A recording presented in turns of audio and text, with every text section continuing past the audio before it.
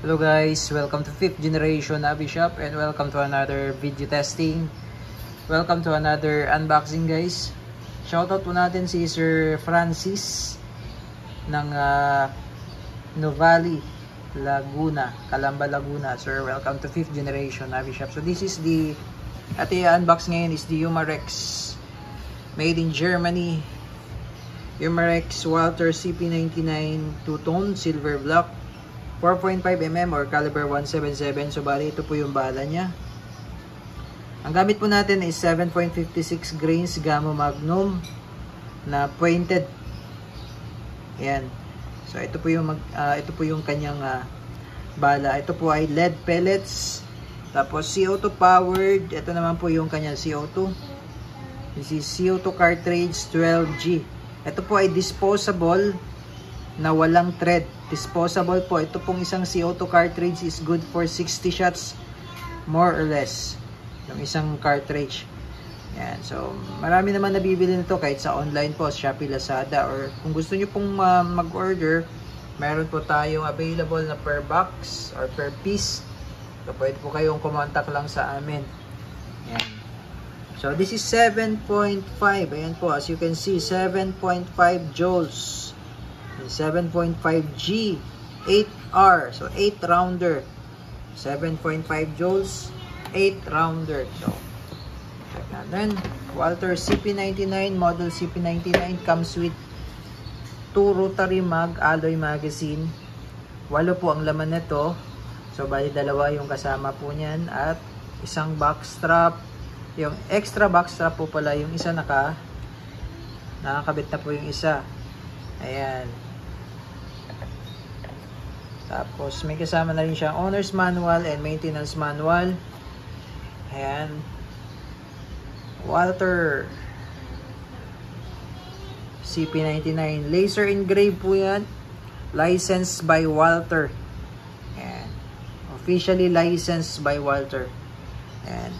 Made in Germany po. Ayan po yung serial number. Picatinny rail. Pwede mo siyang lagyan ng laser light, flashlight. Ito po yung safety niya. Mamaya, check natin. Ito naman po yung decocker niya. Tapos ito naman po yung slide release.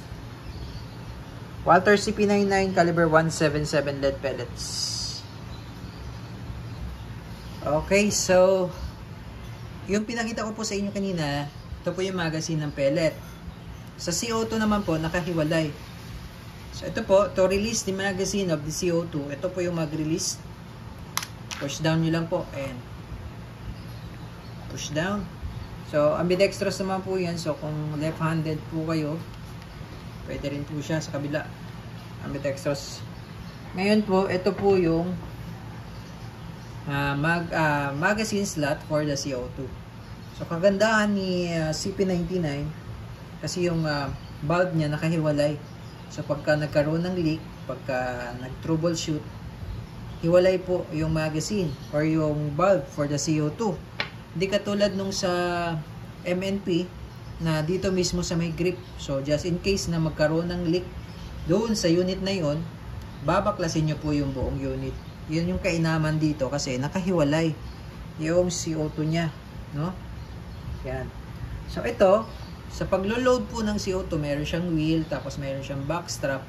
Etong box strap po, ayan, makikita nyo po dito, open, tsaka power. Kung saan nakatutok po yung arrow. So, pag maglalagay po kayo ng CO2, lagay nyo po muna sa open. Lagay natin sa open. Ayan. Ngayon po, ito yung CO2 cartridge. Papasok nyo po. Pero before tayo maglagay ng CO2, tatahanan po natin siya ng oil. Konting oil lang. Then after that, pasok nyo lang natin yung CO2. Then ito pong wheel, hihigpitan po natin ito. Ito, hihigpitan po natin, no? Iikot lang po natin. Ayan. So ang ikot niya para humigpit ay clockwise. Clockwise. Clockwise. Tapos pigilan nyo po yung CO2 para hindi po umikot habang iniikot nyo po yung wheel. No? Yan, habang iniikot nyo po. Ayusin na natin. Ayan. Kapag mahigpit na po at hindi nyo na maikot yung wheel, ayan. So, that's the time na pwede na nating i-twist. Pero pag ito, naikot nyo pa, maluwag pa po yun. No? Pag hindi nyo na naikot, okay na po yan. Tapos ito, pag pinasok natin, syempre, hihigpit na lalo po yan. Yan, power. Yan. So, ibig sabihin po niyan, tinulak nyo na po yung CO2 cartridge. Nabutas na po yan, punctured na po yung CO2 niyan. Meron na po siyang power or pressure. Okay? So ngayon po, dito naman po tayo sa magazine. Ito yung rotary mag para sa pellet. Pellet natin. So sa paglo-load, ganito lang po. Yan. Ito yung head. Ito yung nose. Ganyan. Ito yung gear na yan. Yun yung palatandaan na yan po yung harapan. Yan. Pag ganyan po.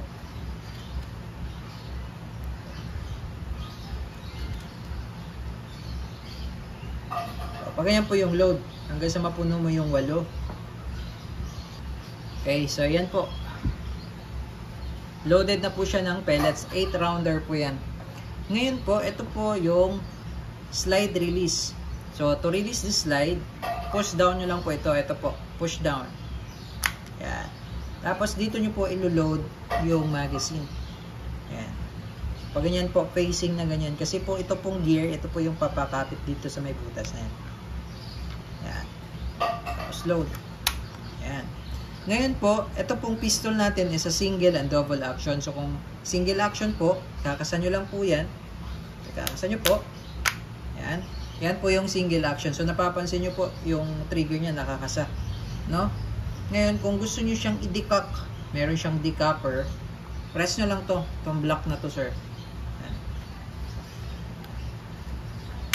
Yan. Nadidecock po siya. Ayan. Tapos ito naman po yung manual safety. So kung gusto niyo pong ilagay, ngayon po naka-fire yan, fire mode. Pag safety, ito po push nyo lang po ito. Ayan. Push, then forward. Ayan, forward. Tapos ito naman po pagka, yan yung safety.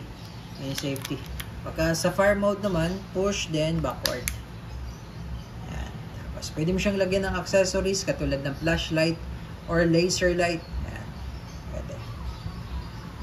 Tapos ito naman pong ating unit ay naka rifled steel barrel. So kung mapapansin nyo po yung barrel, wala pong magazine yan, saka wala rin pong magazine sa pellet.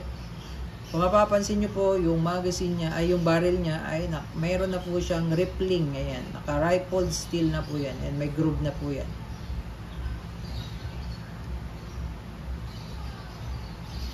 Ayan, so yun yung kagandahan ng rifled steel kasi accurate po. Okay? So, yun naman po, testing natin to.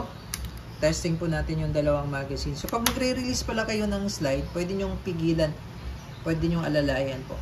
Para hindi agad masira yung spring.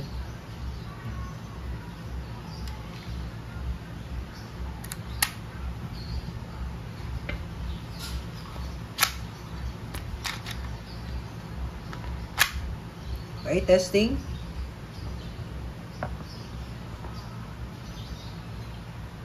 Single action po, testing. Sa single action po, ikagasa nyo po. Yan. Okay, firing. So, yun po yung single action. Pagdating naman po sa double action, direkta lang pong trigger pull. So, hindi nyo na po kailangan ikasa yan. Firing.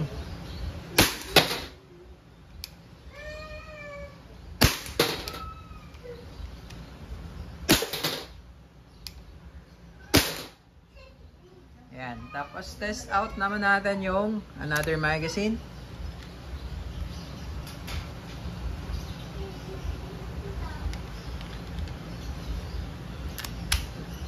Okay. Double action.